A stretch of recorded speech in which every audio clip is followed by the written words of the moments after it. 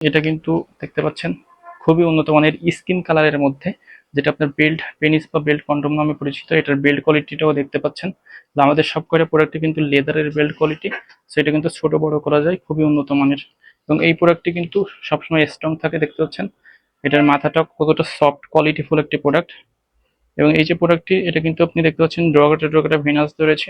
এটা easily use করতে পারবেন যারা সময় পান না, একেবারেই 1 মিনিটের মধ্যে বীর্যপাত হয়ে যায় তারা।